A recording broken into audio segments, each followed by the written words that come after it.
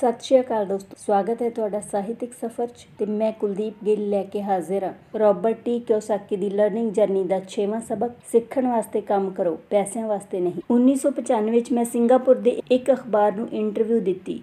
ਜਵਾਨ female reporter ਸਮੇਂ ਤੇ ਆ ਗਈ ਤੇ ਇੰਟਰਵਿਊ ਇੱਕਦਮ ਸ਼ੁਰੂ ਹੋ ਗਿਆ। ਅਸੀਂ ਇੱਕ ਆਲੀਸ਼ਾਨ ਹੋਟਲ ਦੀ ਲੌਬੀ ਵਿੱਚ ਕੌਫੀ ਦੀਆਂ ਚੁਸਕੀਆਂ ਲੈ ਰਹੇ ਸੀ ਅਤੇ ਮੇਰੀ ਸਿੰਗਾਪੁਰ ਯਾਤਰਾ ਦੇ ਉਦੇਸ਼ ਉੱਤੇ ਚਰਚਾ ਵੀ ਕਰ ਰਹੇ ਸੀ। ਮੈਂ ਪਲੇਟਫਾਰਮ ਤੇ ਜ਼ਿਗ ਜ਼ਿਗਲਰ ਦੇ ਨਾਲ ਬੈਠਣ ਵਾਲਾ ਸੀ। ਉਹ ਇੰਸਪੀਰੇਸ਼ਨ ਤੇ ਚਰਚਾ ਕਰਨ ਵਾਲੇ ਸਨ ਤੇ ਮੈਂ ਅਮੀਰਾਂ ਦੇ ਰਾਜ਼ ਉੱਤੇ ਬੋਲਣ ਵਾਲਾ ਸੀ। ਇੱਕ ਦਿਨ ਮੈਂ ਵੀ ਤੁਹਾਡੇ ਵਾਂਗ ਬੈਸਟ ਸੈਲਿੰਗ ਆਥਰ ਬਣਨਾ ਚਾਹੁੰਦੀ ਹਾਂ, ਉਸ ਔਰਤ ਨੇ ਕਿਹਾ। ਮੈਂ ਉਸਦੇ ਕਈ ਲੇਖ ਪੜ੍ਹੇ ਸਨ ਤੇ ਉਹਨਾਂ ਤੋਂ ਪ੍ਰਭਾਵਿਤ ਹੋਇਆ ਸੀ। ਉਸ ਦੀ ਲੇਖਣ ਸ਼ੈਲੀ ਦਮਦਾਰ ਅਤੇ ਸਪਸ਼ਟ ਸੀ। ਉਸ ਦੇ ਲੇਖਾਂ 'ਚ ਪਾਠਕਾਂ ਦੀ ਦਿਲਚਸਪੀ ਜਗਾਉਣ ਦੀ ਸਮਰੱਥਾ ਸੀ। ਤੁਹਾਡੀ ਲਿਖਣ ਸ਼ੈਲੀ ਯਾਨੀ ਕਿ ਰਾਈਟਿੰਗ ਸਟਾਈਲ ਬਹੁਤ ਵਧੀਆ ਹੈ, ਮੈਂ ਜਵਾਬ ਵਿੱਚ ਕਿਹਾ।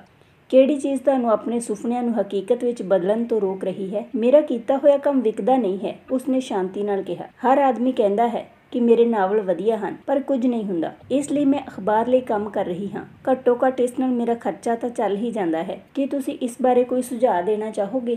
ਹਾਂ ਬਿਲਕੁਲ, ਮੈਂ ਉਤਸ਼ਾਹ ਨਾਲ ਕਿਹਾ। ਸਿੰਗਾਪੁਰ ਵਿੱਚ ਮੇਰਾ ਇੱਕ ਦੋਸਤ ਹੈ। ਉਹ ਇੱਕ ਸਕੂਲ ਚਲਾਉਂਦਾ ਹੈ ਜਿੱਥੇ ਲੋਕਾਂ ਨੂੰ ਵੇਚਣ ਦੀ ਕਲਾ ਯਾਨੀ ਕਿ ਸੇਲਸ ਦੀ ਟ੍ਰੇਨਿੰਗ ਦਿੱਤੀ ਜਾਂਦੀ ਹੈ। ਉਹ ਸਿੰਗਾਪੁਰ 'ਚ ਕਈ ਚੋਟੀ ਦੇ ਕਾਰਪੋਰੇਸ਼ਨਸ ਵਾਸਤੇ ਸੇਲਸ ਟ੍ਰੇਨਿੰਗ ਕੋਰਸ ਚਲਾਉਂਦਾ ਹੈ ਅਤੇ ਮੈਂ ਸਮਝਦਾ ਹਾਂ ਕਿ ਉਸ ਦੇ ਕੋਰਸ 'ਚ ਸ਼ਾਮਿਲ ਹੋਣ ਨਾਲ ਤੁਹਾਡਾ ਕਰੀਅਰ ਬਹੁਤ ਜ਼ਿਆਦਾ ਵਿਕਸਿਤ ਹੋ ਜਾਵੇਗਾ। ਉਸ ਨੂੰ ਗੁੱਸਾ ਆ ਗਿਆ। ਤੁਸੀਂ ਇਹ ਕਹਿਣਾ ਚਾਹੁੰਦੇ ਹੋ ਕਿ ਵੇਚਣਾ ਸਿੱਖਣ ਲਈ ਮੈਨੂੰ ਸਕੂਲ ਜਾਣਾ ਪਵੇਗਾ? ਮੈਂ ਸਹਿਮਤੀ 'ਚ ਸਿਰ ਹਿਲਾਇਆ। ਤੁਸੀਂ ਸੱਚਮੁੱਚ ਇਸ ਤਰ੍ਹਾਂ ਕਹਿ ਰਹੇ ਹੋ ਜਾਂ ਮਖੌਲ ਕਰ ਰਹੇ ਹੋ? ਇੱਕ ਵਾਰੀ ਫਿਰ ਮੈਂ ਸਹਿਮਤੀ 'ਚ ਸਿਰ ਹਿਲਾਇਆ। ਇਸ ਵਿੱਚ ਗਲਤ ਕੀ ਹੈ? ਮੈਂ ਹੁਣ ਆਪਣੇ ਸ਼ਬਦਾਂ ਨੂੰ ਵਾਪਸ ਲੈਣਾ ਚਾਹੁੰਦਾ ਸੀ। ਉਸ ਨੂੰ ਮੇਰੀ ਕਿਸੇ ਗੱਲ ਦਾ ਬੁਰਾ ਲੱਗ ਗਿਆ ਸੀ ਤੇ ਹੁਣ ਮੈਂ ਸੋਚ ਰਿਹਾ ਸੀ ਕਿ ਕਿੰਨਾ ਚੰਗਾ ਹੁੰਦਾ ਜੇਕਰ ਮੈਂ ਉਸ ਨੂੰ ਕੋਈ ਸੁਝਾਅ ਦਿੱਤਾ ਹੀ ਨਾ ਹੁੰਦਾ। ਉਸ ਦੀ ਸਹਾਇਤਾ ਕਰਨ ਦੀ ਕੋਸ਼ਿਸ਼ 'ਚ ਹੁਣ ਮੈਂ ਆਪਣੇ ਦਿੱਤੇ ਸੁਝਾਅ ਦਾ ਬਚਾਅ ਕਰਦਾ ਨਜ਼ਰ ਆ ਰਿਹਾ ਸੀ। ਮੇਰੇ ਕੋਲ ਅੰਗਰੇਜ਼ੀ ਸਾਹਿਤ ਵਿੱਚ ਮਾਸਟਰਸ ਦੀ ਡਿਗਰੀ ਹੈ। ਮੈਂ ਸੇਲਜ਼ਮੈਨ ਬਣਨਾ ਸਿੱਖਣ ਲਈ ਸਕੂਲ ਕਿਉਂ ਜਾਵਾਂ? ਮੈਂ ਇੱਕ ਪ੍ਰੋਫੈਸ਼ਨਲ ਹਾਂ। ਮੈਂ ਇੱਕ ਪ੍ਰੋਫੈਸ਼ਨ ਵਿੱਚ ਟ੍ਰੇਨਡ ਹੋਣ ਲਈ ਸਕੂਲ ਗਈ ਸੀ ਤਾਂ ਜੋ ਮੈਨੂੰ ਸੇਲਜ਼ਮੈਨ ਨਾ ਬਣਨਾ ਪਵੇ। ਮੈਂ ਸੇਲਜ਼ਮੈਨਾਂ ਤੋਂ ਨਫ਼ਰਤ ਕਰਦੀ ਹਾਂ। ਉਹਨਾਂ ਨੂੰ ਕੇਵਲ ਪੈਸਾ ਚਾਹੀਦਾ ਹੁੰਦਾ ਹੈ ਅਤੇ ਤੁਸੀਂ ਮੈਨੂੰ ਦੱਸੋ ਕਿ ਮੈਂ ਸੇਲਜ਼ ਦੀ ਸਟੱਡੀ ਕਿਉਂ ਕਰਾਂ? ਹੁਣ ਉਹ ਆਪਣਾ ਬਰੀਫਕੇਸ ਜ਼ੋਰ ਨਾਲ ਬੰਦ ਕਰ ਰਹੀ ਸੀ। ਇੰਟਰਵਿਊ ਖਤਮ ਹੋ ਗਿਆ ਸੀ।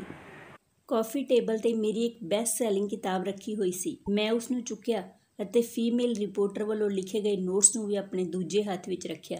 ਕੀ ਤੁਸੀਂ ਇਹਨਾਂ ਨੂੰ ਦੇਖ ਸਕਦੇ ਹੋ? ਮੈਂ ਉਸਦੇ ਨੋਟਸ ਵੱਲ ਇਸ਼ਾਰਾ ਕੀਤਾ। ਉਸਨੇ ਆਪਣੇ ਨੋਟਸ ਵੱਲ ਨਜ਼ਰ ਮਾਰੀ। ਕੀ? ਉਸਨੇ ਉਲਝਦੇ ਹੋਏ ਕਿਹਾ। ਇੱਕ ਵਾਰ ਫਿਰ ਮੈਂ ਉਸਦੇ ਨੋਟਸ ਵੱਲ ਜਾਣ-ਬੁੱਝ ਕੇ ਇਸ਼ਾਰਾ ਕੀਤਾ। ਉਸਦੇ ਪੈਡ 'ਤੇ ਉਸਨੇ ਲਿਖਿਆ ਸੀ, Robert Kiyosaki, best selling author.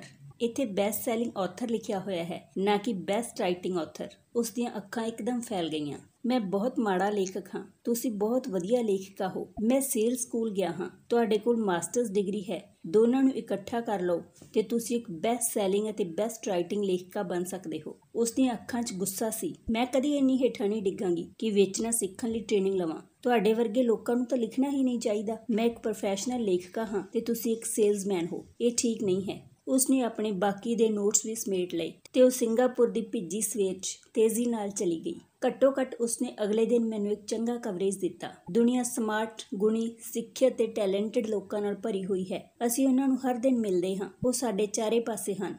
ਕੁਝ ਦਿਨ ਪਹਿਲਾਂ ਮੇਰੀ ਕਾਰ ਵਿੱਚ ਕੁਝ ਗੜਬੜ ਆ ਗਈ ਸੀ। ਮੈਂ ਇੱਕ ਗੈਰੇਜ 'ਚ ਗਿਆ ਅਤੇ ਨੌਜਵਾਨ ਮਕੈਨਿਕ ਨੇ ਉਸ ਨੂੰ ਕੁਝ ਹੀ ਮਿੰਟਾਂ ਅੰਦਰ ਠੀਕ ਕਰ ਦਿੱਤਾ। ਇੰਜਨ ਦੀ ਆਵਾਜ਼ ਸੁਣਦੇ ਹੀ ਉਸ ਨੂੰ ਸਮਝ ਆ ਗਿਆ ਸੀ ਕਿ ਗੜਬੜ ਕਿੱਥੇ ਹੈ। ਮੈਂ ਹੈਰਾਨ ਸੀ। ਦੁਖਦਾਈ ਸੱਚ ਤਾਂ ਇਹ ਹੈ ਕਿ ਟੈਲੈਂਟ ਹੋਣਾ ਹੀ ਕਾਫੀ ਨਹੀਂ ਹੁੰਦਾ। ਮੈਨੂੰ ਲਗਾਤਾਰ ਇਹ ਦੇਖ-ਦੇਖ ਕੇ ਝਟਕਾ ਲੱਗਦਾ ਹੈ ਕਿ ਟੈਲੈਂਟਡ ਲੋਕ ਕਿੰਨਾ ਘੱਟ ਪੈਸਾ ਕਮਾ ਪਾਉਂਦੇ ਹਨ। ਮੈਂ ਸੁਣਿਆ ਹੈ ਕਿ 5% ਤੋਂ ਵੀ ਘੱਟ ਇੰਡੀਅਨ ਇੱਕ ਸਾਲ 'ਚ 12 ਲੱਖ ਤੋਂ ਜ਼ਿਆਦਾ ਕਮਾ ਪਾਉਂਦੇ ਹਨ। ਮੈਂ ਇਹੋ ਜਿਹੇ ਟੈਲੈਂਟਡ ਤੇ ਵੈਲ ਐਜੂਕੇਟਡ ਲੋਕਾਂ ਨੂੰ ਜਾਣਦਾ ਹਾਂ ਜਿਹੜੇ ਇੱਕ ਸਾਲ 'ਚ 5 ਲੱਖ ਤੋਂ ਵੀ ਘੱਟ ਕਮਾ ਪਾਉਂਦੇ ਹਨ। ਮੈਡੀਕਲ ਬਿਜ਼ਨਸ ਵਿੱਚ ਐਕਸਪਰਟਿਜ਼ ਰੱਖਣ ਵਾਲਾ ਇੱਕ ਪ੍ਰੋਫੈਸ਼ਨਲ ਕੰਸਲਟੈਂਟ ਮੈਨੂੰ ਦੱਸ ਰਿਹਾ ਸੀ ਕਿ ਕਿੰਨੇ ਡਾਕਟਰ, ਡੈਂਟਲ ਸਰਜਨ ਅਤੇ ਦੂਜੇ ਲੋਕ ਪੈਸਿਆਂ ਦੀ ਸਮੱਸਿਆ ਨਾਲ ਜੂਝ ਰਹੇ ਹਨ। ਪਰ ਮੇਰੀ ਸੋਚ ਇਹ ਸੀ ਕਿ ਇੱਕ ਵਾਰੀ ਡਾਕਟਰ ਬਣਨ ਤੋਂ ਬਾਅਦ ਤਾਂ ਉਹਨਾਂ ਦੇ ਘਰ ਪੈਸਿਆਂ ਦਾ ਮੀਂਹ ਵਰਦਾ ਹੋਵੇਗਾ। ਇਸ ਪ੍ਰੋਫੈਸ਼ਨਲ ਕੰਸਲਟੈਂਟ ਨੇ ਮੈਨੂੰ ਇੱਕ ਵਧੀਆ ਗੱਲ ਕਹੀ। ਉਹ ਵੱਡੀ ਦੌਲਤ ਤੋਂ ਸਿਰਫ ਇੱਕ ਸਕਿੱਲ ਦੂਰ ਹਨ। ਇੱਥੇ ਉਸਦੀ ਗੱਲ ਦਾ ਮਤਲਬ ਇਹ ਹੈ ਕਿ ਜ਼ਿਆਦਾਤਰ ਅਜਿਹੇ ਲੋਕਾਂ ਨੂੰ ਸਿਰਫ ਇੱਕ ਹੋਰ ਸਕਿੱਲ ਸਿੱਖਣ ਦੀ ਲੋੜ ਹੁੰਦੀ ਹੈ ਅਤੇ ਇਸ ਤੋਂ ਬਾਅਦ ਉਹਨਾਂ ਦੀ ਇਨਕਮ ਆਪਣੇ ਆਪ ਬਹੁਤ ਜ਼ਿਆਦਾ ਵੱਧ ਜਾਵੇਗੀ। ਮੈਂ ਇਹ ਪਹਿਲਾਂ ਹੀ ਦੱਸ ਚੁੱਕਿਆ ਹਾਂ ਕਿ financial intelligence, accounting, investing, marketing ਅਤੇ ਲਾਅ ਦਾ ਕੰਬੀਨੇਸ਼ਨ ਹੈ। ਇਹਨਾਂ 4 ਟੈਕਨੀਕਲ ਸਕਿੱਲਸ ਨੂੰ ਮਿਲਾ ਦਿਓ ਤੇ ਪੈਸੇ ਤੋਂ ਪੈਸਾ ਬਣਾਉਣਾ ਜ਼ਿਆਦਾ ਸੌਖਾ ਹੋ ਜਾਵੇਗਾ। ਜਦੋਂ ਪੈਸੇ ਦੀ ਗੱਲ ਆਉਂਦੀ ਹੈ ਤਾਂ ਜ਼ਿਆਦਾਤਰ ਲੋਕਾਂ 'ਚ ਕੇਵਲ ਜ਼ਿਆਦਾ ਕਰੜੀ ਮਿਹਨਤ ਕਰਨ ਦੀ ਸਕਿੱਲ ਹੁੰਦੀ ਹੈ। ਸਕਿੱਲਸ ਦੇ ਕੰਬੀਨੇਸ਼ਨ ਦਾ ਇੱਕ ਚੰਗਾ ਉਦਾਹਰਨ ਅਖਬਾਰ ਦੀ ਉਸ ਰਿਪੋਰਟਰ ਦਾ ਹੈ। ਜੇਕਰ ਉਹ ਸੇਲਜ਼ ਅਤੇ ਮਾਰਕੀਟਿੰਗ ਦੇ ਫੀਲਡ 'ਚ ਸਕਿੱਲ ਹਾਸਲ ਕਰ ਲਵੇ ਤਾਂ ਉਸ ਦੀ ਆਮਦਨ ਹਵਾ ਨਾਲ ਗੱਲਾਂ ਕਰ ਸਕਦੀ ਹੈ। ਜੇਕਰ ਮੈਂ ਉਸ ਦੀ ਜਗ੍ਹਾ ਉੱਤੇ ਹੁੰਦਾ ਤਾਂ ਮੈਂ ਐਡਵਰਟਾਈਜ਼ਿੰਗ, ਕਾਪੀਰਾਈਟਿੰਗ ਅਤੇ ਸੇਲਜ਼ ਦੇ ਕੋਰਸ ਵਿੱਚ ਸ਼ਾਮਿਲ ਹੋ ਜਾਂਦਾ। ਫਿਰ ਅਖਬਾਰ 'ਚ ਕੰਮ ਕਰਨ ਦੀ ਬਜਾਏ ਮੈਂ ਕਿਸੇ ਐਡਵਰਟਾਈਜ਼ਿੰਗ ਏਜੰਸੀ ਵਿੱਚ ਨੌਕਰੀ ਲੱਭਦਾ। ਚਾਹੇ ਇਸ ਕੰਮ ਲਈ ਤਨਖਾਹ ਘੱਟ ਹੀ ਕਿਉਂ ਨਾ ਮਿਲਦੀ, ਪਰ ਇਸ ਨਾਲ ਮੈਂ ਉਹ ਸਾਰਾ ਕੁਝ ਸਿੱਖ ਜਾਂਦਾ ਜਿਸ ਤੋਂ ਸਫਲ ਐਡਵਰਟਾਈਜ਼ਿੰਗ 'ਚ ਇਸਤੇਮਾਲ ਹੋਣ ਵਾਲੇ ਸ਼ਾਰਟਕਟ ਦਾ ਪ੍ਰਯੋਗ ਹੁੰਦਾ ਹੈ। ਮੈਨੂੰ ਆਪਣਾ ਕੁਝ ਸਮਾਂ ਲੋਕਾਂ ਨਾਲ ਮਿਲਣ ਜੁਲਣ ਲਈ ਵੀ ਦੇਣਾ ਹੁੰਦਾ ਹੈ, ਜਿਹੜੀ ਇੱਕ ਇੰਪੋਰਟੈਂਟ ਸਕਿੱਲ ਹੈ। ਮੈਂ ਇਹ ਵੀ ਸਿੱਖਦਾ ਹਾਂ ਕਿ ਫ੍ਰੀ ਪ੍ਰਚਾਰ ਤੋਂ ਕਿਵੇਂ ਲੱਖਾਂ ਡਾਲਰ ਕਮਾਏ ਜਾਂਦੇ ਹਨ। ਫਿਰ ਰਾਤਾਂ ਅਤੇ ਵੀਕਐਂਡ ਵਿੱਚ ਮੈਂ ਆਪਣਾ ਮਹਾਨ ਨਾਵਲ ਪੂਰਾ ਕਰ ਸਕਦਾ ਸੀ। ਜਦੋਂ ਉਹ ਪੂਰਾ ਹੋ ਜਾਂਦਾ ਤਾਂ ਮੈਂ ਆਪਣੀ ਪੁਸਤਕ ਨੂੰ ਵੇਚਣ ਲਈ ਜ਼ਿਆਦਾ ਚੰਗੀ ਸਥਿਤੀ 'ਚ ਹੁੰਦਾ। ਫਿਰ ਕੁਝ ਹੀ ਸਮੇਂ ਬਾਅਦ ਉਹ ਫੀਮੇਲ ਰਿਪੋਰਟਰ ਇੱਕ ਬੈਸਟ ਸੈਲਿੰਗ ਆਥਰ ਹੋ ਸਕਦੀ ਸੀ। ਜਦੋਂ ਮੈਂ ਆਪਣੀ ਪਹਿਲੀ ਕਿਤਾਬ if you want to be rich and happy don't go to school ਛਪਵਾਈ ਤਾਂ ਇੱਕ ਪਬਲਿਸ਼ਰ ਨੇ ਇਹ ਸੁਝਾਅ ਦਿੱਤਾ ਕਿ ਮੈਂ ਟਾਈਟਲ ਨੂੰ ਬਦਲ ਕੇ ਦ ਇਕੋਨੋਮਿਕਸ ਆਫ ਐਜੂਕੇਸ਼ਨ ਕਰ ਦਿਆਂ। ਮੈਂ ਪਬਲਿਸ਼ਰ ਨੂੰ ਸਾਫ਼ ਕਹਿ ਦਿੱਤਾ ਕਿ ਇਸ ਤਰ੍ਹਾਂ ਦੇ ਟਾਈਟਲ ਨਾਲ ਪੁਸਤਕ ਦੀਆਂ ਕੁੱਲ 2 ਹੀ ਕਾਪੀਆਂ ਵਿਕਣਗੀਆਂ, ਇੱਕ ਤਾਂ ਮੇਰਾ ਪਰਿਵਾਰ ਖਰੀਦੇਗਾ ਤੇ ਦੂਜਾ ਮੇਰਾ ਸਭ ਤੋਂ ਚੰਗਾ ਦੋਸਤ। ਮੁਸ਼ਕਿਲ ਤਾਂ ਇਹ ਹੈ ਕਿ ਉਹ ਦੋਵੇਂ ਹੀ ਇਸ ਨੂੰ ਮੁਫਤ 'ਚ ਪਾਉਣ ਦੀ ਆਸ ਕਰਨਗੇ। If you want to be rich and happy don't go to school title ਨੂੰ ਜਾਣਬੁੱਝ ਕੇ ਚੋਟ ਕਰਨ ਵਾਲਾ ਬਣਾਇਆ ਗਿਆ ਸੀ, ਕਿਉਂਕਿ ਮੈਂ ਜਾਣਦਾ ਹਾਂ ਕਿ ਇੰਜ ਕਰਨ ਨਾਲ ਇਸ ਨੂੰ ਬੇਹੱਦ ਪਬਲਿਸਿਟੀ ਮਿਲੇਗੀ। ਮੈਂ ਐਜੂਕੇਸ਼ਨ ਨੂੰ ਸਪੋਰਟ ਕਰਦਾ ਹਾਂ ਤੇ ਐਜੂਕੇਸ਼ਨ ਦੇ ਸੁਧਾਰ 'ਚ ਵਿਸ਼ਵਾਸ ਕਰਦਾ ਹਾਂ, ਨਹੀਂ ਤਾਂ ਮੈਂ ਆਪਣੇ ਪੁਰਾਣੇ ਐਜੂਕੇਸ਼ਨ ਸਿਸਟਮ ਨੂੰ ਬਦਲਣ ਦੀ ਵਾਰ-ਵਾਰ ਮੰਗ ਕਿਉਂ ਕਰਦਾ।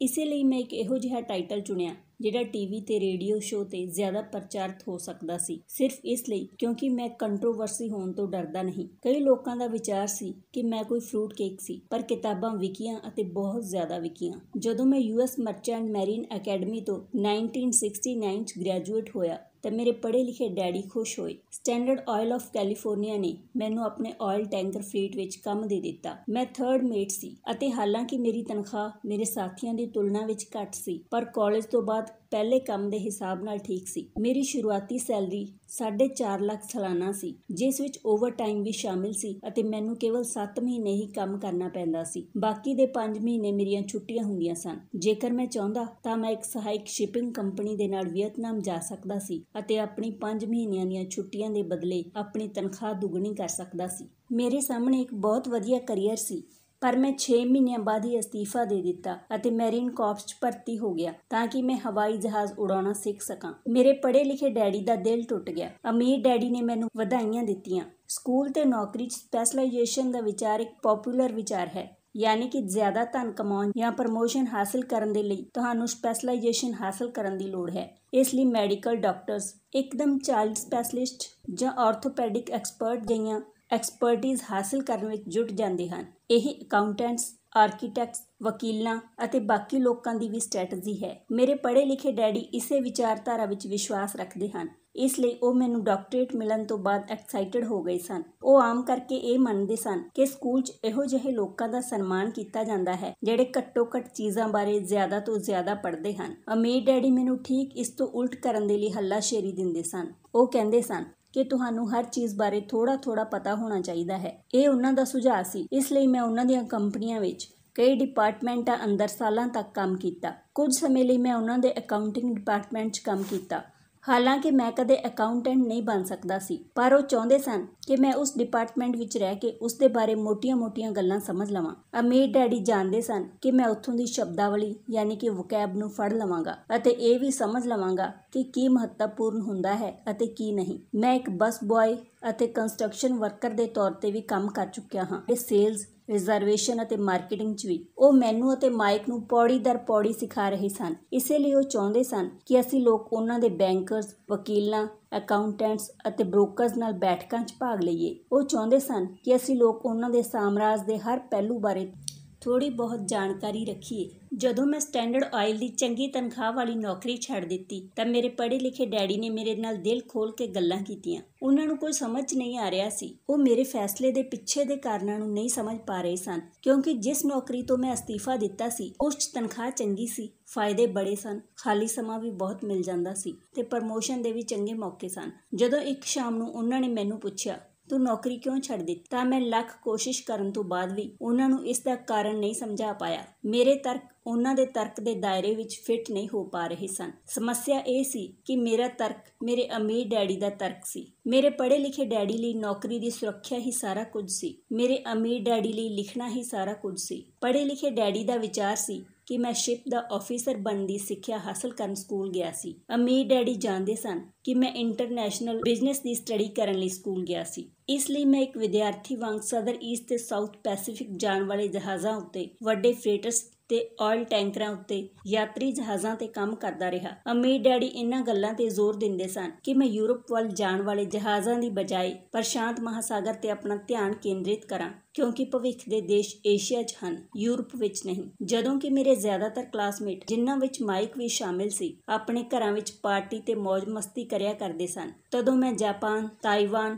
Thailand, Singapore, Hong Kong, Vietnam, Korea ਅਤੇ ਫਿਲੀਪੀਨਜ਼ ਕਾਰੋਬਾਰ, ਲੋਕ, ਬਿਜ਼ਨਸ ਕਰਨ ਦੇ ਸਟਾਈਲ ਅਤੇ ਕਲਚਰ ਬਾਰੇ ਜਾਣ ਰਿਹਾ ਸੀ। ਮੈਂ ਵੀ ਪਾਰਟੀ ਕਰ ਰਿਹਾ ਹੁੰਦਾ ਸੀ, ਪਰ ਆਪਣੇ ਘਰ 'ਚ ਨਹੀਂ। ਮੇਰਾ ਗਿਆਨ ਬੜੀ ਤੇਜ਼ੀ ਨਾਲ ਵਧ ਰਿਹਾ ਸੀ। ਪੜ੍ਹੇ ਲਿਖੇ ਡੈਡੀ ਕਦੀ ਨਹੀਂ ਸਮਝ ਸਕੇ ਕਿ ਮੈਂ ਨੌਕਰੀ ਕਿਉਂ ਛੱਡੀ ਤੇ ਇਸ ਤੋਂ ਬਾਅਦ ਮੈਰੀਨ ਕਾਰਪਸ 'ਚ ਕਿਉਂ ਸ਼ਾਮਿਲ ਹੋਇਆ। ਮੈਂ ਉਹਨਾਂ ਨੂੰ ਦੱਸਿਆ ਕਿ ਮੈਂ ਜਹਾਜ਼ ਉਡਾਉਣਾ ਸਿੱਖਣਾ ਚਾਹੁੰਦਾ ਹਾਂ, ਪਰ ਅਸਲ 'ਚ ਮੈਂ ਟਰੁੱਪ ਦਾ ਲੀਡਰ ਬਣਨਾ ਸਿੱਖਣਾ ਚਾਹੁੰਦਾ ਸੀ। ਅਮੀਰ ਡੈਡੀ ਨੇ ਮੈਨੂੰ ਦੱਸਿਆ ਹੋਇਆ ਸੀ ਕਿ ਕੰਪਨੀ ਚਲਾਉਣ ਦੇ ਕੰਮਾਂ 'ਚ ਸਾਰਿਆਂ ਤੋਂ ਮੁਸ਼ਕਿਲ ਕੰਮ ਹੈ ਲੋਕਾਂ ਕੋਲੋਂ ਕੰਮ ਲੈਣਾ। ਉਹਨਾਂ ਨੇ 3 ਸਾਲ ਤਾਈਂ ਆਰਮੀ 'ਚ ਕੰਮ ਕੀਤਾ ਸੀ। ਮੇਰੇ ਪੜ੍ਹੇ ਲਿਖੇ ਡੈਡੀ ਨੇ ਕਦੇ ਇਸ ਤਰ੍ਹਾਂ ਨਹੀਂ ਸੀ ਕੀਤਾ। ਅਮੀਰ ਡੈਡੀ ਨੇ ਮੈਨੂੰ ਦੱਸਿਆ ਕਿ ਖਤਰਨਾਕ ਹਾਲਾਤਾਂ ਵਿੱਚ ਕਿਵੇਂ ਲੋਕਾਂ ਦੀ ਅਗਵਾਈ ਕੀਤੀ ਜਾਵੇ। ਤੁਹਾਨੂੰ ਜਿਹੜੀ ਅਗਲੀ ਚੀਜ਼ ਸਿੱਖਣੀ ਚਾਹੀਦੀ ਹੈ ਉਹ ਹੈ ਲੀਡਰਸ਼ਿਪ। ਉਹਨਾਂ ਨੇ ਕਿਹਾ, ਜੇਕਰ ਤੁਸੀਂ ਇੱਕ ਚੰਗੇ ਲੀਡਰ ਨਹੀਂ ਹੋ ਤਾਂ ਤੁਹਾਡੇ ਤੇ ਪਿੱਛੋਂ ਦੀ ਗੋਲੀ ਚਲਾਈ ਜਾ ਸਕਦੀ ਹੈ, ਜਿਵੇਂ ਕਿ ਬਿਜ਼ਨਸ 'ਚ ਕੀਤਾ ਜਾਂਦਾ ਹੈ। 1973 'ਚ ਵੀਅਤਨਾਮ ਤੋਂ ਮੁੜਨ ਤੋਂ ਬਾਅਦ ਮੈਂ ਕਮਿਸ਼ਨ ਤੋਂ ਅਸਤੀਫਾ ਦੇ ਦਿੱਤਾ।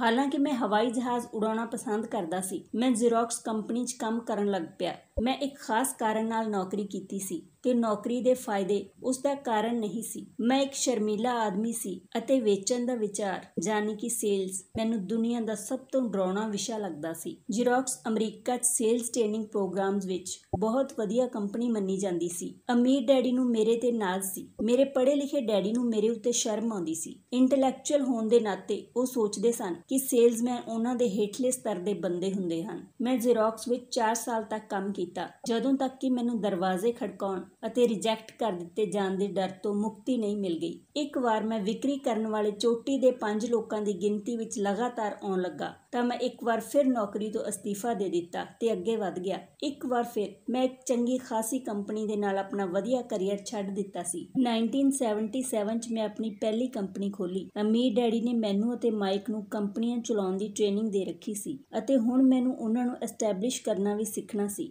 ਮੇਰਾ ਪਹਿਲਾ ਪ੍ਰੋਡਕਟ ਸੀ ਨਾਈਲੋਨ ਅਤੇ ਵੈਲਕਰੋ ਦਾ ਵੈਲਟ, ਜਿਹੜਾ ਫਾਰ ਈਸਟ 'ਚ ਬਣਦਾ ਸੀ ਅਤੇ ਸਮੁੰਦਰੀ ਜਹਾਜ਼ ਤੋਂ ਨਿਊਯਾਰਕ 'ਚ ਇੱਕ ਵੇਅਰ ਹਾਊਸ ਤੱਕ ਆਉਂਦਾ ਸੀ। ਮੇਰੀ ਫਾਰਮਲ ਸਿੱਖਿਆ ਪੂਰੀ ਹੋ ਚੁੱਕੀ ਸੀ ਅਤੇ ਹੁਣ ਮੇਰੇ ਖੰਭਾਂ ਦੀ ਮਜ਼ਬੂਤੀ ਦੀ ਪ੍ਰੀਖਿਆ ਦਾ ਵਕਤ ਆ ਗਿਆ ਸੀ। ਜੇਕਰ ਮੈਂ ਅਸਫਲ ਹੋ ਜਾਂਦਾ ਤਾਂ ਮੈਂ ਦੀਵਾਲੀਆ ਹੋ ਗਿਆ ਹੁੰਦਾ। ਅਮੀਰ ਡੈਡੀ ਦਾ ਮੰਨਣਾ ਸੀ ਕਿ 30 ਸਾਲ ਦੇ ਪਹਿਲਾਂ ਦੀਵਾਲੀਆ ਹੋਣਾ ਸਭ ਤੋਂ ਚੰਗਾ ਹੁੰਦਾ ਹੈ। ਤੁਹਾਡੇ ਕੋਲ ਸੰਭਲਣ ਦਾ ਮੌਕਾ ਹੁੰਦਾ ਹੈ। ਮੇਰੇ 30ਵੇਂ ਜਨਮ ਦਿਨ ਦੀ ਸ਼ਾਮ ਨੂੰ ਮੇਰਾ ਪਹਿਲਾ ਸ਼ਿਪਮੈਂਟ ਕੋਰੀਆ ਤੋਂ ਨਿਊਯਾਰਕ ਲਈ ਰਵਾਨਾ ਹੋਇਆ। ਅੱਜ ਮੈਂ ਇੰਟਰਨੈਸ਼ਨਲ ਲੈਵਲ ਉੱਤੇ ਬਿਜ਼ਨਸ ਕਰਦਾ ਹਾਂ ਤੇ ਜਿਵੇਂ ਮੇਰੇ ਅਮੀਰ ਡੈਡੀ ਮੈਨੂੰ ਹੱਲਾਸ਼ੇਰੀ ਦਿਆ ਕਰਦੇ ਸਨ, ਤਿਵੇਂ ਹੀ ਮੈਂ ਵਿਕਾਸਸ਼ੀਲ ਦੇਸ਼ਾਂ ਦੇ ਧਿਆਨ ਕੇਂਦਰਿਤ ਕਰਦਾ ਹਾਂ। ਅੱਜ ਮੇਰੀ ਇਨਵੈਸਟਮੈਂਟ ਕੰਪਨੀ ਦੱਖਣੀ ਅਮਰੀਕਾ, ਏਸ਼ੀਆ, ਨਾਰਵੇ ਤੇ ਰੂਸ ਵਿੱਚ ਇਨਵੈਸਟ ਕਰਦੀ ਹੈ। ਇੱਕ ਅਖਾਣ ਹੈ, ਜੌਬ ਇੱਕ ਸ਼ਾਰਟ ਫਾਰਮ ਰੂਪ ਹੈ ਜਸਟ ਓਵਰ ਬ੍ਰੋਕ ਦਾ, ਤੇ ਬਦਕਿਸਮਤੀ ਨਾਲ ਇਹ ਕਰੋੜਾਂ ਲੋਕਾਂ ਲਈ ਸਹੀ ਸਾਬਿਤ ਹੁੰਦਾ ਹੈ, ਕਿਉਂਕਿ ਸਕੂਲ ਇਹ ਨਹੀਂ ਸਮਝਾਉਂਦਾ ਕਿ ਫਾਈਨੈਂਸ਼ੀਅਲ ਬੁੱਧੀ ਵੀ ਬੁੱਧੀ ਦਾ ਹੀ ਇੱਕ ਰੂਪ ਹੈ। ਇਸ ਲਈ ਜ਼ਿਆਦਾਤਰ ਵਰਕਰ ਜਾਂ ਮਜ਼ਦੂਰ ਆਪਣੇ ਸਾਧਨਾਂ ਦੇ ਅੰਦਰ ਰਹਿ ਰਹੇ ਹਨ। ਉਹ ਮਿਹਨਤ ਕਰਦੇ ਹਨ ਤੇ ਆਪਣੇ ਬਿੱਲ ਆਪ ਹੀ ਚੁਕਾਉਂਦੇ ਹਨ। ਇੱਕ ਹੋਰ ਡਰਾਉਣੀ ਮੈਨੇਜਮੈਂਟ ਥਿਊਰੀ ਹੈ। ਕੰਮ ਕਰਨ ਵਾਲੇ ਇਸ ਲਈ ਕਰੜੀ ਮਿਹਨਤ ਕਰਦੇ ਹਨ ਤਾਂ ਕਿ ਉਹਨਾਂ ਨੂੰ ਨੌਕਰੀ ਤੋਂ ਨਾ ਕੱਢਿਆ ਜਾਵੇ ਤੇ ਮਾਲਕ ਉਹਨਾਂ ਨੂੰ ਕੇਵਲ ਇੰਨਾ ਦਿੰਦੇ ਹਨ ਤਾਂ ਕਿ ਕੰਮ ਕਰਨ ਵਾਲੇ ਕੰਮ ਛੱਡ ਕੇ ਨਾ ਜਾਣ। ਅਤੇ ਜੇਕਰ ਤੁਸੀਂ ਜ਼ਿਆਦਾਤਰ ਕੰਪਨੀਆਂ ਦੀਆਂ ਤਨਖਾਹਾਂ ਦੀ ਤਾਂ ਤੁਸੀਂ ਪਾਵੋਗੇ ਕਿ ਇਸ ਗੱਲ ਵਿੱਚ ਥੋੜੀ ਬਹੁਤ ਸੱਚਾਈ ਤਾਂ ਹੈ ਹੀ। ਇਸ ਦਾ ਨਤੀਜਾ ਇਹ ਹੁੰਦਾ ਹੈ ਕਿ ਜ਼ਿਆਦਾਤਰ ਵਰਕਰ ਅੱਗੇ ਨਹੀਂ ਵਧ ਪਾਉਂਦੇ। ਉਹ ਉਹੀ ਕਰਦੇ ਹਨ ਜਿਹੜਾ ਉਹਨਾਂ ਨੂੰ ਸਿਖਾਇਆ ਜਾਂਦਾ ਹੈ। ਸੁਰੱਖਿਅਤ ਨੌਕਰੀ ਲੱਭ ਲਓ। ਜ਼ਿਆਦਾਤਰ ਕੰਮ ਕਰਨ ਵਾਲੇ ਘੱਟ ਸਮੇਂ ਦੇ ਇਨਾਮ ਜਿਵੇਂ ਤਨਖਾਹ ਤੇ ਦੂਜੇ ਫਾਇਦਿਆਂ ਲਈ ਕੰਮ ਕਰਦੇ ਹਨ, ਪਰ ਲੌਂਗ ਟਰਮ ਦੇ ਨਜ਼ਰੀਏ ਨਾਲ ਇਹ ਉਹਨਾਂ ਲਈ ਘਾਟੇ ਦੇ ਸੌਦੇ ਸਾਬਿਤ ਹੁੰਦੇ ਹਨ। ਇਸ ਦੀ ਬਜਾਏ ਮੈਂ ਨੌਜਵਾਨਾਂ ਨੂੰ ਇਹੀ ਸਲਾਹ ਦਿਆਂਗਾ ਕਿ ਨੌਕਰੀ ਲੱਭਣ ਵੇਲੇ ਉਹ ਇਸ ਗੱਲ ਤੇ ਘੱਟ ਧਿਆਨ ਦੇਣ ਕਿ ਉਹ ਕਿੰਨਾ ਕਮਾ ਰਹੇ ਹਨ ਤੇ ਇਸ ਗੱਲ ਤੇ ਜ਼ਿਆਦਾ ਧਿਆਨ ਦੇਣ ਕਿ ਉਹ ਕਿੰਨਾ ਸਿੱਖ ਰਹੇ ਹਨ। ਰਸਤੇ ਤੇ ਅੱਗੇ ਵੱਲ ਦੇਖ ਕੇ ਇਹ ਤੈਅ ਕਰੋ ਕਿ ਕਿਸੇ ਖਾਸ ਪ੍ਰੋਫੈਸ਼ਨ ਨੂੰ ਚੁਣਨ ਤੇ ਚੂਹਾ ਦੌੜ 'ਚ ਫਸਣ ਤੋਂ ਪਹਿਲਾਂ ਉਹ ਕਿੰਨੀਆਂ ਸਕਿੱਲਸ 'ਚ ਐਕਸਪਰਟ ਹੋਣਾ ਚਾਹੁੰਦੇ ਹਨ। ਜ਼ੈਰੀ ਮੈਗਵਾਈਟ ਨਾਂ ਦੀ ਫਿਲਮ 'ਚ ਟਾਮ ਕਰੂਜ਼ ਦਾ ਬਹੁਤ ਵਧੀਆ ਰੋਲ ਸੀ ਤੇ ਇਸ ਫਿਲਮ 'ਚ ਕੋਈ ਜ਼ੋਰਦਾਰ ਡਾਇਲੌਗ ਵੀ ਨਹੀਂ ਸਨ।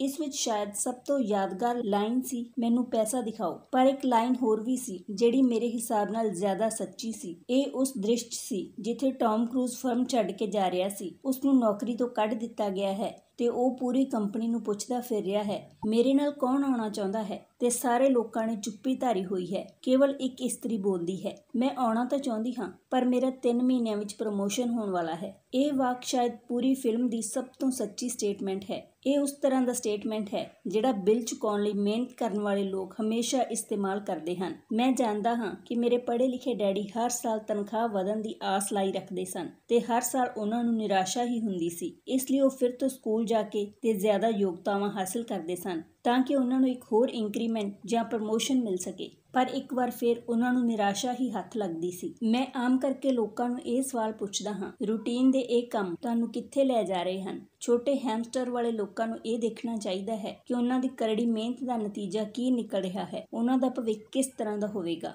ਸਿਰਿਲ ਬ੍ਰਿਕਫੀਲਡ ਦੀ American association of retired peoples ਦੇ ਸਾਬਕਾ ਐਗਜ਼ੀਕਿਊਟਿਵ ਡਾਇਰੈਕਟਰ ਦਾ ਕਹਿਣਾ ਹੈ ਕਿ ਪ੍ਰਾਈਵੇਟ ਪੈਨਸ਼ਨ ਦੀ ਹਾਲਤ ਬਹੁਤ ਮਾੜੀ ਹੈ। ਪਹਿਲੀ ਗੱਲ ਤਾਂ ਇਹ ਹੈ ਕਿ ਅੱਜ ਕੰਮ ਕਰਨ ਵਾਲਿਆਂ ਵਿੱਚੋਂ 50% ਨੂੰ ਕੋਈ ਪੈਨਸ਼ਨ ਨਹੀਂ ਮਿਲੇਗੀ। ਇਸੇ ਗੱਲ ਕਾਰਨ ਚਿੰਤਾ ਹੋਣੀ ਚਾਹੀਦੀ ਹੈ। ਬਾਕੀ ਬਚੇ 50% ਵਿੱਚੋਂ ਵੀ 75 ਤੋਂ 80% ਲੋਕਾਂ ਨੂੰ ਨਾ ਮਾਤਰ ਦੀ ਪੈਨਸ਼ਨ ਮਿਲੇਗੀ, ਜਿਹੜੀ 5500, 10,000 ਜਾਂ 20,000 ਰੁਪਏ ਹਰ ਮਹੀਨੇ ਹੋਵੇਗੀ।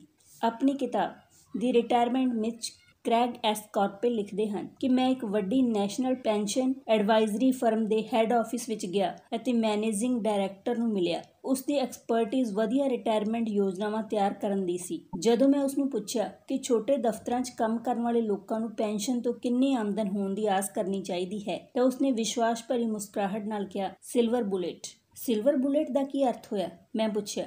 ਉਸਨੇ ਆਪਣੇ ਮੋਢੇ ਉਚਕਾਏ ਅਤੇ ਕਿਹਾ, ਜੇਕਰ ਬਜ਼ੁਰਗਾਂ ਨੂੰ ਲੱਗਦਾ ਹੈ ਕਿ ਬੁਢਾਪੇ 'ਚ ਉਹਨਾਂ ਕੋਲ ਜ਼ਿੰਦਾ ਰਹਿਣ ਲਈ ਉਚਿਤ ਧਨ ਨਹੀਂ ਹੈ ਤਾਂ ਉਹ ਆਪਣੇ ਆਪ ਨੂੰ ਗੋਲੀ ਮਾਰ ਸਕਦੇ ਹਨ। ਕਾਰਪੇਲ ਇਸ ਦੇ ਬਾਅਦ ਪੁਰਾਣੇ ਰਿਟਾਇਰਮੈਂਟ ਪਲਾਨ ਤੋਂ ਜ਼ਿਆਦਾ ਖਤਰਨਾਕ ਨਵੇਂ 401k ਪਲਾਨ 'ਚ ਅੰਤਰ ਨੂੰ ਸਪਸ਼ਟ ਕਰਦੇ ਹਨ। ਜ਼ਿਆਦਾਤਰ ਕੰਮ ਕਰਨ ਵਾਲੇ ਲੋਕਾਂ ਲਈ ਇਹ ਕੋਈ ਸੁਖਦ ਤਸਵੀਰ ਨਹੀਂ ਹੈ ਤੇ ਇਹ ਤਾਂ ਹੋਈ ਰਿਟਾਇਰਮੈਂਟ ਦੀ ਗੱਲ। ਜਦੋਂ ਇਸ ਤਸਵੀਰ 'ਚ ਮੈਡੀਕਲ ਫੀਸ ਅਤੇ ਲੰਮੇ ਸਮੇਂ ਦੇ ਲਈ ਨਰਸਿੰਗ ਹੋਮ ਦੀ ਸੁਵਿਧਾ ਨੂੰ ਵੀ ਜੋੜ ਦਿੱਤਾ ਜਾਂਦਾ ਹੈ ਤਾਂ ਤਸਵੀਰ ਡਰਾਉਣੀ ਹੋ ਜਾਂਦੀ ਹੈ। ਉਹਨਾਂ ਦੀ 1995 ਦੀ ਪੁਸਤਕ 'ਚ ਉਹ ਦੱਸਦੇ ਹਨ ਕਿ ਨਰਸਿੰਗ ਹੋਮ ਦੀ ਫੀਸ 30 ਲੱਖ ਤੋਂ 50 ਲੱਖ ਡਾਲਰ ਸਾਲਾਨਾ ਹੈ। ਜੇਕਰ ਅਸੀਂ ਇੰਡੀਆ ਦੀ ਗੱਲ ਕਰੀਏ ਤਾਂ ਇੰਡੀਆ ਅਤੇ ਅਮਰੀਕਾ ਦੋਵਾਂ ਥਾਵਾਂ ਤੇ ਗਵਰਨਮੈਂਟ ਅਫੀਸ਼ੀਅਲ ਦੀ ਪੈਨਸ਼ਨ ਬੰਦ ਹੈ। ਉੱਥੇ 40k ਪਲਾਨ ਹੈ ਅਤੇ ਇੰਡੀਆ 'ਚ NPS ਯਾਨੀ ਕਿ ਨਿਊ ਪੈਨਸ਼ਨ ਸਕੀਮ ਹੈ, ਜਿਸ ਦਾ ਮਤਲਬ ਹੈ ਕਿ ਹਰ ਮਹੀਨੇ ਅਸੀਂ ਅਤੇ ਸਾਡੇ ਵਰਕਰ ਪੈਸੇ ਜੋੜਾਂਗੇ ਜੋ ਕਿ ਕਿਸੇ ਮਿਊਚੁਅਲ ਫੰਡ 'ਚ ਰੱਖੇ ਜਾਣਗੇ ਗਰੋ ਕਰਨ ਦੇ ਲਈ ਅਤੇ ਰਿਟਾਇਰਮੈਂਟ ਤੋਂ ਬਾਅਦ ਅਸੀਂ ਉਹ ਪੈਸੇ ਲੈ ਸਕਦੇ ਹਾਂ। ਜੇਕਰ ਅਸੀਂ ਜ਼ਿਆਦਾ ਟਾਈਮ ਜਿਉਂਦੇ ਰਹੇ ਅਤੇ ਸਾਡੇ ਪੈਸੇ ਖਰਚ ਹੋ ਗਏ ਤਾਂ ਤੁਸੀਂ ਠੀਕ ਸਮਝੇ ਕਿ ਜਦੋਂ ਅਸੀਂ ਬੁੱਢੇ ਹੋ ਗਏ ਤਾਂ ਉਸੇ ਟਾਈਮ ਸਾਨੂੰ ਪੈਸਿਆਂ ਦੀ ਜ਼ਿਆਦਾ ਜ਼ਰੂਰਤ ਹੋਵੇਗੀ ਅਤੇ ਉਸ ਟਾਈਮ ਸਾਡੇ ਕੋਲ ਪੈਸੇ ਨਹੀਂ ਹੋਣਗੇ। ਅੱਜ ਵੀ ਸੋਸ਼ਲਿਸਟ ਮੈਡੀਕਲ ਟ੍ਰੀਟਮੈਂਟ ਵਾਲੇ ਦੇਸ਼ਾਂ ਦੇ ਕਈ ਹਸਪਤਾਲਾਂ ਵਿੱਚ ਕਈ ਸਖਤ ਫੈਸਲੇ ਲੈਣੇ ਪੈਂਦੇ ਹਨ, ਜਿਵੇਂ ਕਿ ਕੌਣ ਜੀਵੇਗਾ ਅਤੇ ਕੌਣ ਮਰੇਗਾ। ਉਹ ਇਹ ਫੈਸਲੇ ਸਿਰਫ ਤੇ ਸਿਰਫ ਇਸੇ ਆਧਾਰ ਤੇ ਲੈਂਦੇ ਹਨ ਕਿ ਉਹਨਾਂ ਕੋਲ ਕਿੰਨੇ ਪੈਸੇ ਹਨ ਅਤੇ ਮਰੀਜ਼ ਦੀ ਉਮਰ ਕੀ ਹੈ। ਜੇਕਰ ਮਰੀਜ਼ ਬੁੱਢਾ ਹੈ ਤਾਂ ਉਹ ਪੇਸ਼ੈਂਟ ਲਾਈਨ ਸਭ ਤੋਂ ਪਿੱਛੇ ਖੜਾ ਰਹਿੰਦਾ ਹੈ ਅਤੇ ਉਹ ਅਕਸਰ ਮੈਡੀਕਲ ਕੇਅਰ ਆਮ ਕਰਕੇ ਇੱਕ ਨੌਜਵਾਨ ਆਦਮੀ ਨੂੰ ਦੇ ਦਿੰਦੇ ਹਨ। ਜਿਸ ਤਰ੍ਹਾਂ ਅਮੀਰ ਲੋਕ ਬਿਹਤਰ ਐਜੂਕੇਸ਼ਨ ਹਾਸਲ ਕਰ ਸਕਦੇ ਹਨ, ਉਸੇ ਤਰ੍ਹਾਂ ਅਮੀਰ ਆਪਣੇ ਆਪ ਨੂੰ ਜਿੰਦਾ ਵੀ ਰੱਖ ਸਕਦੇ ਹਨ, ਜਦੋਂ ਕਿ ਜਿਨ੍ਹਾਂ ਕੋਲ ਪੈਸਾ ਨਹੀਂ ਹੈ ਉਹ ਮਰ ਜਾਣਗੇ। ਫਿਰ ਮੈਂ ਹੈਰਾਨ ਹੋ ਜਾਂਦਾ ਹਾਂ ਕਿ ਕੀ ਵਰਕਰ ਭਵਿੱਖ ਨੂੰ ਦੇਖ ਪਾ ਰਹੇ ਹਨ ਜਾਂ ਉਹਨਾਂ ਦੀ ਭਵਿੱਖ ਦੀ ਨਜ਼ਰ ਕੇਵਲ ਉਹਨਾਂ ਦੀ ਅਗਲੀ ਤਨਖਾਹ ਤੱਕ ਹੀ ਜਾਂਦੀ ਹੈ ਤੇ ਉਹ ਆਪਣੇ ਆਪ ਨਾਲ ਕਦੇ ਦੂਰਗਾਮੀ ਭਵਿੱਖ ਦੇ ਬਾਰੇ ਸਵਾਲ ਹੀ ਨਹੀਂ ਕਰਦੇ। ਜਦੋਂ ਮੈਂ ਜ਼ਿਆਦਾ ਪੈਸਾ ਕਮਾਉਣ ਦੀ ਇੱਛਾ ਰੱਖਣ ਵਾਲੇ ਲੋਕਾਂ ਦੇ ਸਾਹਮਣੇ ਬੋਲਦਾ ਹਾਂ ਤਾਂ ਮੈਂ ਹਮੇਸ਼ਾ ਇੱਕ ਹੀ ਚੀਜ਼ ਦੀ ਸਲਾਹ ਦਿੰਦਾ ਹਾਂ। ਮੈਂ ਇਹ ਸੁਝਾਅ ਦਿੰਦਾ ਹਾਂ ਕਿ ਉਹ ਆਪਣੇ ਜੀਵਨ ਦੇ ਬਾਰੇ ਇੱਕ ਲੰਮਾ ਨਜ਼ਰੀਆ ਰੱਖਣ, ਕੇਵਲ ਪੈਸੇ ਤੇ ਸੁਰੱਖਿਆ ਦੇ ਲਈ ਕੰਮ ਕਰਨ ਦੀ ਬਜਾਏ, ਜਿਹੜਾ ਹਾਲਾਂਕਿ ਮਹੱਤਵਪੂਰਨ ਹੈ। ਮੈਂ ਸੁਝਾਅ ਦਿੰਦਾ ਹਾਂ ਕਿ ਉਹ ਇੱਕ ਹੋਰ ਕੰਮ ਕਰਨ ਲੱਗਣ ਜਿਹੜਾ ਉਹਨਾਂ ਨੂੰ ਇੱਕ ਹੋਰ ਐਕਸਪਰਟਿਜ਼ ਸਿਖਾ ਦੇਵੇ। ਜੇਕਰ ਉਹ ਸੇਲਜ਼ ਟੈਕਨੀਕ ਸਿੱਖਣਾ ਚਾਹੁੰਦੇ ਹਨ ਤਾਂ ਆਮ ਕਰਕੇ ਮੈਂ ਉਹਨਾਂ ਨੂੰ ਕਿਸੇ ਨੈਟਵਰਕ ਮਾਰਕੀਟਿੰਗ ਕੰਪਨੀ 'ਚ ਸ਼ਾਮਿਲ ਹੋ ਜਾਣ ਲਈ ਕਹਿੰਦਾ ਹਾਂ, ਜਿਸ ਨੂੰ ਮਲਟੀ ਲੈਵਲ ਮਾਰਕੀਟਿੰਗ ਵੀ ਕਿਹਾ ਜਾਂਦਾ ਹੈ। ਇਨ੍ਹਾਂ ਵਿੱਚੋਂ ਕੁਝ ਕੰਪਨੀਆਂ ਦੇ ਟ੍ਰੇਨਿੰਗ ਪ੍ਰੋਗਰਾਮ ਬਹੁਤ ਵਧੀਆ ਹੁੰਦੇ ਹਨ, ਜਿਹੜੇ ਲੋਕਾਂ ਦੇ ਮਨਾਂ ਵਿੱਚੋਂ ਝਿਜਕ ਅਤੇ ਅਸਫਲਤਾ ਦਾ ਡਰ ਕੱਢ ਦਿੰਦੇ ਹਨ, ਜੋ ਕਿ ਲੋਕਾਂ ਦੇ ਅਸਫਲ ਹੋਣ ਦਾ ਮੁੱਖ ਕਾਰਨ ਹੁੰਦਾ ਹੈ। ਲੌਂਗ ਟਰਮ 'ਚ ਐਜੂਕੇਸ਼ਨ ਜਾਂ ਨੌਲੇਜ ਧਨ ਤੋਂ ਜ਼ਿਆਦਾ ਕੀਮਤੀ ਹੈ। ਜਦੋਂ ਮੈਂ ਸੁਝਾਅ ਦਿੰਦਾ ਹਾਂ ਤਾਂ ਆਮ ਕਰਕੇ ਲੋਕਾਂ ਦਾ ਇਹੀ ਰਿਐਕਸ਼ਨ ਹੁੰਦਾ ਹੈ, ਪਰ ਇਸ ਵਿੱਚ ਬੜਾ ਝੰਜਟ ਹੈ। ਮੈਂ ਕੇਵਲ ਉਹੀ ਕਰਨਾ ਚਾਹੁੰਦਾ ਹਾਂ ਜਿਸ ਵਿੱਚ ਮੇਰੀ ਦਿਲਚਸਪੀ ਹੈ। ਇਸ ਵਿੱਚ ਬਹੁਤ ਝੰਜਟ ਹੈ ਦੇ ਜਵਾਬ 'ਚ ਮੈਂ ਪੁੱਛਦਾ ਹਾਂ, ਤਾਂ ਤੁਸੀਂ ਸਾਰੀ ਜ਼ਿੰਦਗੀ ਕੇਵਲ ਇਸੇ ਲਈ ਕੰਮ ਕਰਦੇ ਰਹੋਗੇ ਤਾਂ ਜੋ ਤੁਹਾਡੀ ਆਮਦਨ ਵਿੱਚੋਂ 50% ਤੁਸੀਂ ਸਰਕਾਰ ਨੂੰ ਦੇ ਦਿਓ। ਦੂਜਾ ਸਟੇਟਮੈਂਟ, ਮੈਂ ਕੇਵਲ ਉਹੀ ਕਰਨਾ ਚਾਹੁੰਦਾ ਹਾਂ ਜਿਸ ਵਿੱਚ ਮੇਰੀ ਦਿਲਚਸਪੀ ਹੈ ਦੇ ਜਵਾਬ 'ਚ ਮੈਂ ਕਹਿੰਦਾ ਹਾਂ, ਮੈਂ ਜਿਮ ਜਾਣ ਵਿੱਚ ਬਿਲਕੁਲ ਦਿਲਚਸਪੀ ਨਹੀਂ ਰੱਖਦਾ ਹਾਂ, ਪਰ ਮੈਂ ਉੱਥੇ ਇਸ ਲਈ ਜਾਂਦਾ ਹਾਂ ਕਿ ਮੈਂ ਜ਼ਿਆਦਾ ਫਿਟ ਰਹਿ ਸਕਾਂ ਤੇ ਜ਼ਿਆਦਾ ਸਮੇਂ ਤੱਕ ਜੀਵਾਂ। ਬਦਕਿਸਮਤੀ ਨਾਲ ਉਸ ਪੁਰਾਣੇ ਅਖਾਣ ਵਿੱਚ ਕੁਝ ਸੱਚਾਈ ਹੈ। ਤੁਸੀਂ ਇੱਕ ਬਿਰਧ ਕੁੱਤੇ ਨੂੰ ਨਵੀਂ ਚਾਲਬਾਜ਼ੀ ਨਹੀਂ ਸਿਖਾ ਸਕਦੇ। ਜਦੋਂ ਤੱਕ ਕੋਈ ਆਦਮੀ ਬਦਲਣ ਲਈ ਤਿਆਰ ਨਾ ਹੋਵੇ, ਬਦਲਣਾ ਬੜਾ ਮੁਸ਼ਕਿਲ ਹੁੰਦਾ ਹੈ। ਪਰ ਉਹਨਾਂ ਲੋਕਾਂ ਲਈ ਜਿਹੜੇ ਕੁਝ ਨਵਾਂ ਸਿੱਖਣ ਦੇ ਵਿਚਾਰਾਂ ਨਾਲ ਮੋਟੀਵੇਟ ਹੋ ਸਕਦੇ ਹਨ ਅਤੇ ਦੋ ਰਾਹੇ ਉੱਤੇ ਖੜੇ ਹਨ, ਮੇਰਾ ਸੁਝਾਅ ਇਹੀ ਹੈ, ਜ਼ਿੰਦਗੀ ਬਹੁਤ ਹੱਦ ਤੱਕ ਜਿਮ ਜਾਣ ਵਾਂਗ ਹੀ ਹੈ। ਇਸ 'ਚ ਸਭ ਤੋਂ ਦਰਦ ਭਰਿਆ ਹਿੱਸਾ ਉੱਥੇ ਜਾਣ ਦਾ ਫੈਸਲਾ ਲੈਣਾ ਹੁੰਦਾ ਹੈ। ਇੱਕ ਵਾਰ ਤੁਸੀਂ ਇਹ ਫੈਸਲਾ ਕਰ ਲੈਂਦੇ ਹੋ ਤਾਂ ਬਾਕੀ ਸਾਰਾ ਕੁਝ ਸੌਖਾ ਹੋ ਜਾਂਦਾ ਹੈ। ਇਹੋ ਜਿਹੇ ਕਾਫੀ ਦਿਨ ਆਏ ਹਨ ਜਦੋਂ ਮੈਂ ਜਿਮ ਜਾਣ ਦੇ ਨਾਂ ਤੋਂ ਹੀ ਕੰਬ ਜਾਂਦਾ ਸੀ, ਪਰ ਇੱਕ ਵਾਰ ਫਿਰ ਮੈਂ ਉੱਥੇ ਪਹੁੰਚ ਕੇ ਕੰਮ ਸ਼ੁਰੂ ਕਰ ਦਿੰਦਾ ਹਾਂ ਤੇ ਮੈਨੂੰ ਇਸ 'ਚ ਮਜ਼ਾ ਆਉਣ ਲੱਗਦਾ ਹੈ। ਜਦੋਂ ਮੈਂ ਉੱਥੋਂ ਨਿਕਲਦਾ ਹਾਂ ਤਾਂ ਮੈਨੂੰ ਹਮੇਸ਼ਾ ਖੁਸ਼ੀ ਹੁੰਦੀ ਹੈ ਕਿ ਮੈਂ ਉੱਥੇ ਗਿਆ ਸੀ। ਜੇਕਰ ਤੁਸੀਂ ਕੁਝ ਨਵਾਂ ਸਿੱਖਣ ਤੋਂ ਇਨਕਾਰੀ ਹੋ ਤੇ ਇਸ ਦੇ ਬਜਾਏ ਆਪਣੇ ਫੀਲਡ 'ਚ ਬਹੁਤੀਆਂ ਸਕਿੱਲਸ ਹਾਸਿਲ ਕਰਨ ਉੱਤੇ ਜ਼ੋਰ ਦਿੰਦੇ ਹੋ, ਤਾਂ ਇਹ ਪੱਕਾ ਕਰ ਲਓ ਕਿ ਜਿਸ ਕੰਪਨੀ ਲਈ ਤੁਸੀਂ ਕੰਮ ਕਰਦੇ ਹੋ ਉੱਥੇ ਯੂਨੀਅਨ ਹੋਵੇ। ਲੇਬਰ ਯੂਨੀਅਨ ਐਕਸਪਰਟਸ ਦੀ ਰੱਖਿਆ ਕਰਨ ਲਈ ਬਣਾਈਆਂ ਜਾਂਦੀਆਂ ਹਨ। ਮੇਰੇ ਪੜ੍ਹੇ ਲਿਖੇ ਡੈਡੀ ਜਦ ਗਵਰਨਰ ਦੀਆਂ ਮਿਹਰਬਾਨੀਆਂ ਤੋਂ ਦੂਰ ਹੋ ਗਏ ਤਾਂ ਉਹ ਹਵਾਈ ਵਿੱਚ ਟੀਚਰਸ ਯੂਨੀਅਨ ਦੇ ਚੇਅਰਮੈਨ ਹੋ ਗਏ। ਉਹਨਾਂ ਨੇ ਮੈਨੂੰ ਦੱਸਿਆ ਕਿ ਇਹ ਉਹਨਾਂ ਵੱਲੋਂ ਕੀਤਾ ਗਿਆ ਸਭ ਤੋਂ ਔਖਾ ਕੰਮ ਸੀ। ਮੇਰੇ ਅਮੀਰ ਡੈਡੀ ਨੇ ਦੂਜੇ ਪਾਸੇ ਸਾਰੀ ਜ਼ਿੰਦਗੀ ਇਹ ਕੋਸ਼ਿਸ਼ ਕੀਤੀ ਕਿ ਉਹਨਾਂ ਦੀਆਂ ਕੰਪਨੀਆਂ 'ਚ ਯੂਨੀਅਨ ਨਾ ਬਣ ਪਾਏ। ਉਹ ਸਫਲ ਹੋਏ, ਹਾਲਾਂਕਿ ਯੂਨੀਅਨ ਕਾਫੀ ਕਰੀਬ ਆ ਗਈ ਸੀ, ਪਰ ਅਮੀਰ ਡੈਡੀ ਹਮੇਸ਼ਾ ਉਹਨਾਂ ਨੂੰ ਦੂਰ ਰੱਖਣ 'ਚ ਸਫਲ ਹੋ ਹੀ ਜਾਂਦੇ ਸਨ। ਪਰਸਨਲ ਤੌਰ ਤੇ ਮੈਂ ਕਿਸੇ ਦਾ ਪੱਖ ਨਹੀਂ ਲੈਂਦਾ, ਕਿਉਂਕਿ ਮੈਨੂੰ ਦੋਵੇਂ ਹੀ ਗੱਲਾਂ 'ਚ ਫਾਇਦੇ ਦਿਖਦੇ ਹਨ ਤੇ ਉਹਨਾਂ ਦੀ ਲੋੜ ਵੀ। ਜੇਕਰ ਤੁਸੀਂ ਸਕੂਲ ਵੱਲੋਂ ਸੁਝਾਏ ਰਸਤੇ ਤੇ ਚੱਲਦੇ ਹੋ, ਹਾਈ ਐਕਸਪਰਟਿਜ਼ ਹਾਸਿਲ ਕਰਦੇ ਹੋ, ਤਾਂ ਫਿਰ ਤੁਸੀਂ ਯੂਨੀਅਨ ਦੀ ਸੁਰੱਖਿਆ 'ਚ ਚਲੇ ਜਾਵੋ। ਉਦਾਹਰਨ ਵਾਸਤੇ, ਜੇਕਰ ਮੈਂ ਆਪਣੇ ਹਵਾਈ ਜਹਾਜ਼ ਉਡਾਉਣ ਦੇ ਕੈਰੀਅਰ 'ਚ ਗਿਆ ਹੁੰਦਾ ਤਾਂ ਮੈਂ ਇਹੋ ਜਿਹੀ ਕੰਪਨੀ ਪਸੰਦ ਕੀਤੀ ਹੁੰਦੀ ਜਿਸ ਦੀ ਪਾਇਲਟ ਯੂਨੀਅਨ ਬਹੁਤ ਤਕੜੀ ਹੁੰਦੀ।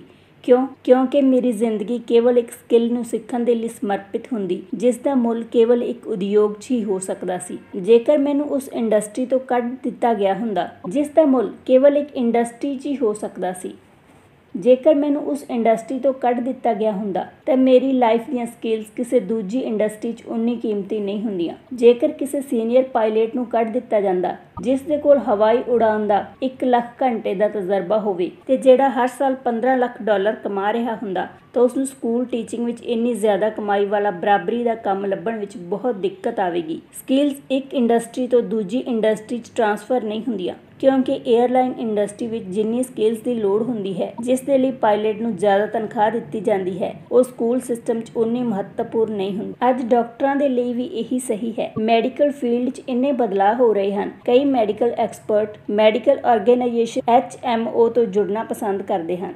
ਸਕੂਲ ਦੇ ਟੀਚਰਾਂ ਨੂੰ ਯੂਨੀਅਨ ਦਾ ਮੈਂਬਰ ਹੋਣਾ ਪੈਂਦਾ ਹੈ।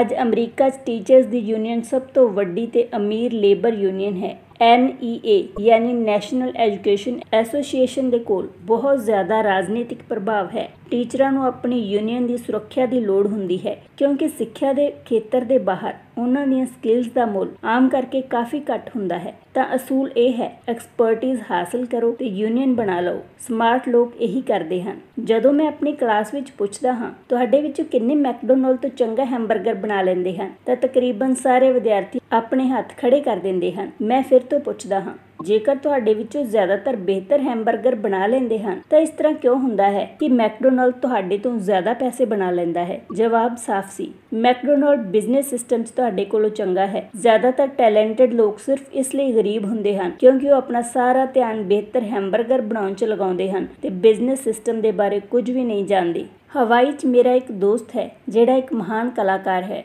ਉਹ ਕਾਫੀ ਪੈਸਾ ਕਮਾ ਲੈਂਦਾ ਹੈ। ਇੱਕ ਦਿਨ ਉਸਦੀ ਮਾਂ ਦੇ ਵਕੀਲ ਨੇ ਉਸਨੂੰ ਦੱਸਿਆ ਕਿ ਉਸਨੇ ਆਪਣੇ ਪੁੱਤਰ ਦੇ ਨਾਂ ਤੇ ਕਾਫੀ ਪੈਸੇ ਛੱਡੇ ਹਨ। ਇਹ ਰਕਮ ਸਰਕਾਰ ਤੇ ਵਕੀਲਾਂ ਵੱਲੋਂ ਆਪਣਾ ਹਿੱਸਾ ਲੈਣ ਤੋਂ ਬਾਅਦ ਬਚੀ ਸੀ। ਇੱਕਦਮ ਉਸਨੇ ਇਸ ਪੈਸੇ ਨਾਲ ਐਡ ਕਰਕੇ ਆਪਣੇ ਕਾਰੋਬਾਰ ਨੂੰ ਵਧਾਉਣ ਦੀ ਸੋਚੀ। 2 ਮਹੀਨਿਆਂ ਬਾਅਦ ਉਸਦਾ ਪਹਿਲਾ ਪੂਰੇ ਪੇਜ ਦਾ ਐਡ 4 ਰੰਗਾਂ ਦੀ ਇੱਕ ਮਹਿੰਗੀ ਮੈਗਜ਼ੀਨ 'ਚ ਪਬਲਿਸ਼ ਹੋਇਆ, ਜਿਸ ਨੂੰ ਪੜ੍ਹਨ ਵਾਲੇ ਬੜੇ ਅਮੀਰ ਲੋਕ ਸਨ। ਇਹ ਐਡਵਰਟਾਈਜ਼ਮੈਂਟ 3 ਮਹੀਨਿਆਂ ਤੱਕ ਚੱਲੀ। ਉਸਨੂੰ ਐਡ ਦੇ ਉੱਤਰ 'ਚ ਕੋਈ ਜਵਾਬ ਨਹੀਂ ਮਿਲਿਆ ਅਤੇ ਉਸਦੀ ਸਾਰੀ ਪੂੰਜੀ ਇਸ ਐਡ 'ਚ ਖਤਮ ਹੋ ਗਈ।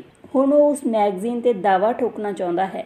ਇਹ ਇੱਕ ਇਹੋ ਜਿਹੇ ਆਦਮੀ ਦਾ ਆਮ ਉਦਾਹਰਣ ਹੈ ਜਿਹੜਾ ਇੱਕ ਬਿਹਤਰੀਨ ਹੈਮਬਰਗਰ ਬਣਾ ਸਕਦਾ ਹੈ, ਪਰ ਜੋ ਕਿ ਬਿਜ਼ਨਸ 'ਚ ਬਿਲਕੁਲ ਸਮਝ ਨਹੀਂ ਰੱਖਦਾ। ਜਦੋਂ ਮੈਂ ਉਸਨੂੰ ਪੁੱਛਿਆ ਕਿ ਉਸਨੇ ਕੀ ਸਿੱਖਿਆ ਤਾਂ ਉਸਦਾ ਜਵਾਬ ਕੇਵਲ ਇਹੀ ਸੀ, ਐਡ ਕਰਨ ਵਾਲੇ ਲੋਕ ਧੋਖੇਬਾਜ਼ ਹੁੰਦੇ ਹਨ। ਮੈਂ ਫਿਰ ਉਸਨੂੰ ਪੁੱਛਿਆ ਕਿ ਕੀ ਉਹ ਸੇਲਜ਼ ਵਿੱਚ ਡਾਇਰੈਕਟ ਮਾਰਕੀਟਿੰਗ ਵਿੱਚ ਕੋਈ ਕੋਰਸ ਕਰਨਾ ਚਾਹੁੰਦਾ ਹੈ ਤਾਂ ਉਸਦਾ ਜਵਾਬ ਸੀ, ਮੇਰੇ ਕੋਲ ਸਮਾਂ ਨਹੀਂ ਹੈ ਤੇ ਮੈਂ ਆਪਣਾ ਪੈਸਾ ਬਰਬਾਦ ਨਹੀਂ ਕਰਨਾ ਚਾਹੁੰਦਾ। ਦੁਨੀਆ ਟੈਲੈਂਟਡ ਗਰੀਬ ਲੋਕਾਂ ਨਾਲ ਭਰੀ ਪਈ ਹੈ। ਆਮ ਕਰਕੇ ਉਹ ਜਾਂ ਤਾਂ ਗਰੀਬ ਹਨ ਜਾਂ ਫਿਰ ਪੈਸੇ ਦੀ ਸਮੱਸਿਆ ਨਾਲ ਜੂਝ ਰਹੇ ਹਨ ਜਾਂ ਆਪਣੀ ਯੋਗਤਾ ਤੋਂ ਘੱਟ ਪੈਸਾ ਕਮਾ ਰਹੇ ਹਨ ਤੇ ਇਸ ਦਾ ਜ਼ਿੰਮੇਵਾਰ ਉਹਨਾਂ ਦੇ ਗਿਆਨ ਦਾ ਵਿਸ਼ਾ ਨਹੀਂ ਹੈ ਬਲਕਿ ਉਹਨਾਂ ਦਾ ਅਗਿਆਨ ਹੈ। ਉਹ ਇੱਕ ਬਿਹਤਰ ਹੈਮਬਰਗਰ ਬਣਾਉਣ ਦੀ ਸਕਿੱਲ ਨੂੰ ਤਿੱਖਾ ਕਰਨ 'ਚ ਹੀ ਲੱਗੇ ਰਹਿੰਦੇ ਹਨ ਅਤੇ ਹੈਮਬਰਗਰ ਨੂੰ ਵੇਚਣ ਅਤੇ ਉਸ ਨੂੰ ਘਰ ਤੱਕ ਪਹੁੰਚਾਉਣ ਦੀ ਸਕਿੱਲ ਉੱਤੇ ਬਿਲਕੁਲ ਹੀ ਧਿਆਨ ਨਹੀਂ ਦਿੰਦੇ। ਸ਼ਾਇਦ ਮੈਕਡੋਨਲਡ ਸਭ ਤੋਂ ਚੰਗੇ ਹੈਮਬਰਗਰ ਨਹੀਂ ਬਣਾਉਂਦੇ, ਪਰ ਉਹ ਬੁਨਿਆਦੀ ਰੂਪ ਤੋਂ ਔਸਤ ਹੈਮਬਰਗਰ ਨੂੰ ਵੇਚਣ ਅਤੇ ਉਸ ਨੂੰ ਘਰ ਘਰ ਤੱਕ ਪਹੁੰਚਾਉਣ ਵਿੱਚ ਬੈਸਟ ਹਨ। ਗਰੀਬ ਡੈਡੀ ਚਾਹੁੰਦੇ ਸਨ ਕਿ ਮੈਂ ਐਕਸਪਰਟਿਜ਼ ਹਾਸਿਲ ਕਰਾਂ। ਉਹਨਾਂ ਦਾ ਵਿਚਾਰ ਸੀ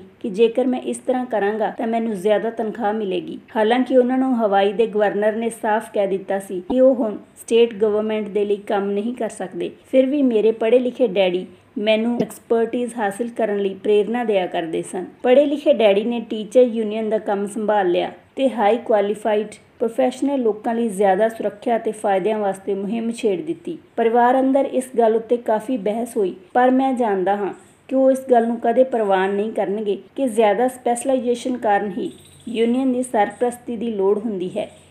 ਉਹ ਕਦੇ ਵੀ ਨਹੀਂ ਸਮਝ ਪਾਉਣਗੇ ਕਿ ਤੁਸੀਂ ਜਿੰਨੀ ਜ਼ਿਆਦਾ ਸਪੈਸ਼ਲਾਈਜੇਸ਼ਨ ਹਾਸਿਲ ਕਰ ਲੈਂਦੇ ਹੋ ਉਨੇ ਹੀ ਜ਼ਿਆਦਾ ਤੁਸੀਂ ਜਾਲ ਵਿੱਚ ਫਸ ਜਾਂਦੇ ਹੋ ਤੇ ਤੁਸੀਂ ਆਪਣੀ ਸਪੈਸ਼ਲਾਈਜੇਸ਼ਨ ਉੱਤੇ ਨਿਰਭਰ ਹੋ ਜਾਂਦੇ ਹੋ। ਅਮੀਰ ਡੈਡੀ ਦੀ ਸਲਾਹ ਇਹ ਸੀ ਕਿ ਮਾਈਕ ਅਤੇ ਮੈਂ ਆਪਣਾ ਵਿਕਾਸ ਕਰੀਏ। ਕਈ ਕਾਰਪੋਰੇਸ਼ਨਸ ਇਹੀ ਕਰਦੇ ਹਨ।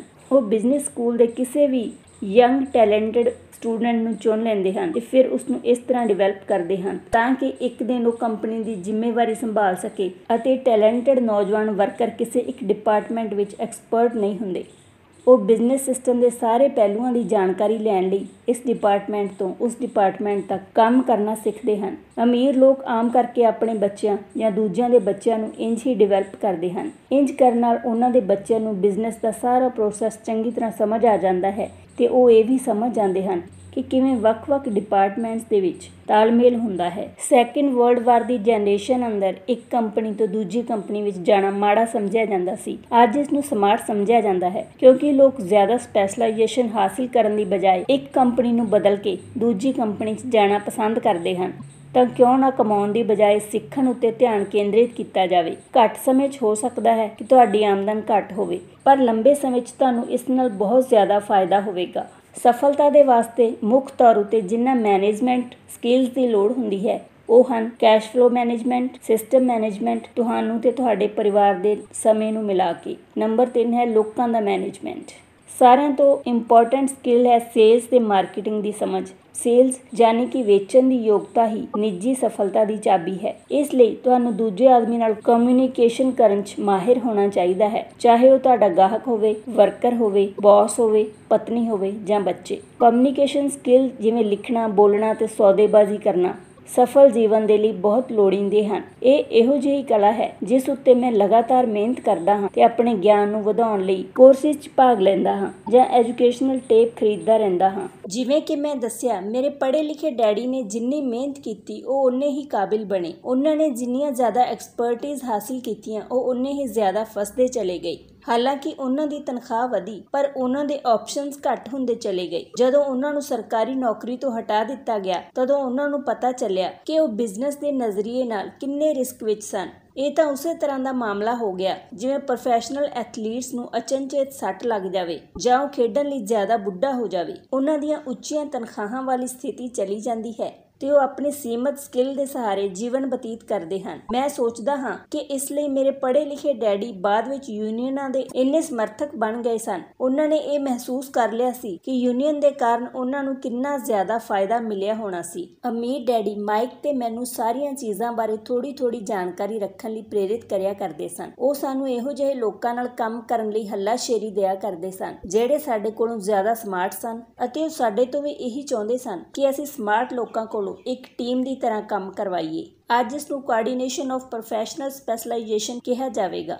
ਅੱਜ ਮੈਂ ਪੁਰਾਣੇ ਸਕੂਲ ਟੀਚਰਸ ਨਾਲ ਮਿਲਦਾ ਹਾਂ ਜਿਹੜੇ ਹਰ ਸਾਲ ਲੱਖਾਂ ਡਾਲਰ ਕਮਾ ਰਹੇ ਹਨ। ਉਹ ਇੰਨਾ ਜ਼ਿਆਦਾ ਇਸ ਲਈ ਕਮਾ ਰਹੇ ਹਨ ਕਿਉਂਕਿ ਉਹਨਾਂ ਦੇ ਕੋਲ ਆਪਣੇ ਫੀਲਡ ਦੀਆਂ ਐਕਸਪਰਟਿਜ਼ ਤੋਂ ਇਲਾਵਾ ਹੋਰ ਵੀ ਸਕਿੱਲਸ ਹਨ। ਉਹ ਸਿਖਾਉਣਾ, ਵੇਚਣਾ ਅਤੇ ਮਾਰਕੀਟਿੰਗ ਵੀ ਕਰ ਸਕਦੇ ਹਨ। ਸੇਲਜ਼ ਅਤੇ ਮਾਰਕੀਟਿੰਗ ਦੀ ਸਕਿੱਲ ਜ਼ਿਆਦਾਤਰ ਲੋਕਾਂ ਨੂੰ ਇਸ ਲਈ ਔਖੀ ਲੱਗਦੀ ਹੈ ਕਿਉਂਕਿ ਇਸ ਵਿੱਚ ਨਕਾਰੇ ਜਾਂ ਰਿਜੈਕਟ ਕੀਤੇ ਜਾਣ ਦਾ ਡਰ ਹੁੰਦਾ ਹੈ। ਤੁਸੀਂ ਕਮਿਊਨੀਕੇਸ਼ਨ, ਸੌਦੇਬਾਜ਼ੀ ਤੇ ਆਪਣੇ ਨਕਾਰੇ ਜਾਣ ਦੇ ਡਰ ਦਾ ਸਾਹਮਣਾ ਕਰਨ 'ਚ ਜਿੰਨੇ ਜ਼ਿਆਦਾ ਬਿਹਤਰ ਹੋਵੋਗੇ, ਤੁਹਾਡੇ ਲਈ ਜ਼ਿੰਦਗੀ ਓਨੀ ਹੀ ਸੌਖੀ ਹੋਵੇਗੀ। ਜਿਵੇਂ ਮੈਂ ਅਖਬਾਰ ਦੀ ਉਸ ਰਿਪੋਰਟਰ ਨੂੰ ਸਲਾਹ ਦਿੱਤੀ ਸੀ ਜਿਹੜੀ ਬੈਸਟ ਸੈਲਿੰਗ ਆਥਰ ਬਣਨਾ ਚਾਹੁੰਦੀ ਸੀ, ਮੈਂ ਕਿਸੇ ਨੂੰ ਵੀ ਉਹੀ ਸਲਾਹ ਦੇਣਾ ਚਾਹਾਂਗਾ। ਤਕਨੀਕੀ ਤੌਰ ਤੇ ਐਕਸਪਰਟਿਜ਼ ਹਾਸਿਲ ਕਰਨ ਦੇ ਕੁਝ ਮਜ਼ਬੂਤ ਪਹਿਲੂ ਹੁੰਦੇ ਹਨ ਤੇ ਕੁਝ ਕਮਜ਼ੋਰ। ਮੇਰੇ ਕੁਝ ਦੋਸਤ ਹਨ ਜਿਹੜੇ ਜੀਨੀਅਸ ਹਨ, ਪਰ ਉਹ ਦੂਜੇ ਲੋਕਾਂ ਨਾਲ ਇਫੈਕਟਿਵ ਢੰਗ ਨਾਲ ਗੱਲਬਾਤ ਨਹੀਂ ਕਰ ਪਾਉਂਦੇ ਤੇ ਨਤੀਜੇ ਵਜੋਂ ਉਹਨਾਂ ਦੀ ਆਮਦਨ ਬਹੁਤ ਘੱਟ ਹੈ। ਮੈਂ ਉਹਨਾਂ ਨੂੰ ਸਲਾਹ ਦਿੰਦਾ ਹਾਂ ਕਿ ਉਹ 1 ਸਾਲ ਤੱਕ ਵੇਚਣ ਦੀ ਕਲਾ ਯਾਨੀ ਕਿ ਆਰਟ ਆਫ ਸੈਲਿੰਗ ਸਿੱਖ ਲੈਣ। ਭਾਵੇਂ ਉਹ ਕੁਝ ਵੀ ਨਾ ਕਮਾਉਣ,